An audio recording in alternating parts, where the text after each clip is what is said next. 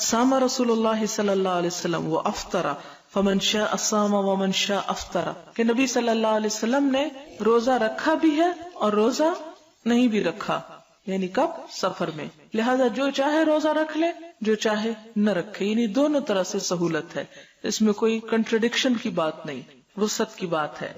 باب وعلی الذین یطیقونہ فدیۃ طعام مسکین،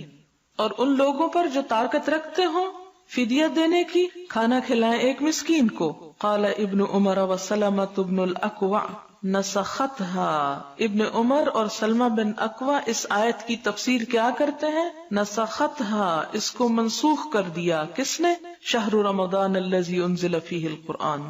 وہ اگلی آیت جس میں آتا ہے کہ رمضان کا مہینہ وہ ہے جس میں قرآن نازل کیا گیا، الی قولہ، اس بات تک، الا ما ہداکم ولعلکم تشکرون، یعنی پوری آیت اینڈ تک، اور اس میں آتا نا فمن شہد منکم الشہر فلیصمہ،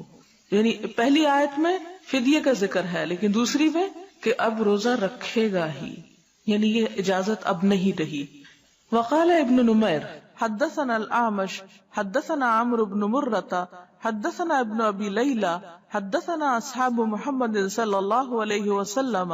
ابن ابی لیلہ کہتے ہیں کہ ہم سے نبی صلی اللہ علیہ وسلم کے بعض اصحاب نے کہا، نزل رمضان فشق علیہم، کہ جب رمضان میں روزہ رکھنے کا حکم اترا تو بعض لوگوں پر شاق گزرا، فکان من اطعم کل یوم مسکینا ترک الصوم ممن یطیقہ، تو کوئی ایسا تھا کہ جو مسکین کو کھانا کھلا دیتا اور روزہ چھوڑ دیتا تھا، ان میں سے تھا وہ شخص جو اس کی طاقت بھی رکھتا تھا۔ اور یہاں سے دین کی حکمت پتہ چلتی ہے کہ ابتدا میں جب روزے فرض کیے گئے تو پہلا حکم جو تھا وہ آسان تھا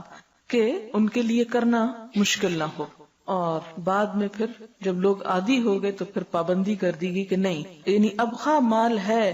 اور طاقت بھی ہے تو اس صورت میں روزہ ہی رکھنا ہوگا، فدیے کی رخصت اب باقی نہیں رہی۔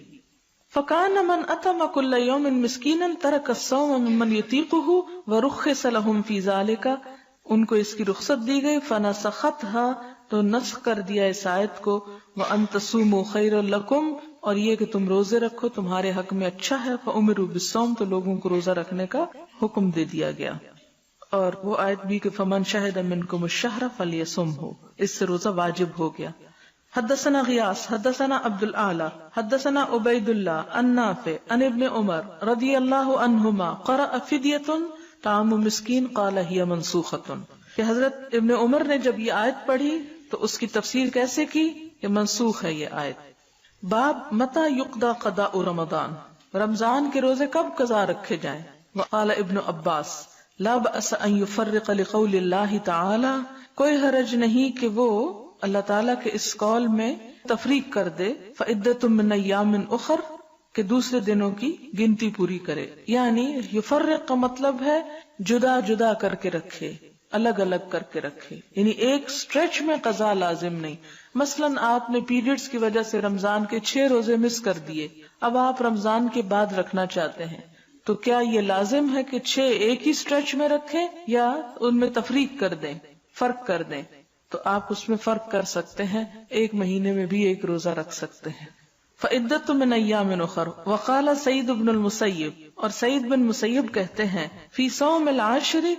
لا یصلح حتی یبدأ برمضان، اور ذو الحج کے 10 نفل روزے کے بارے میں کہتے ہیں یوم العاشر کہ لا یصلح، اس کے لیے درست نہیں، حتی یبدأ برمضان، یہاں تک کہ رمضان سے ابتدا کرے،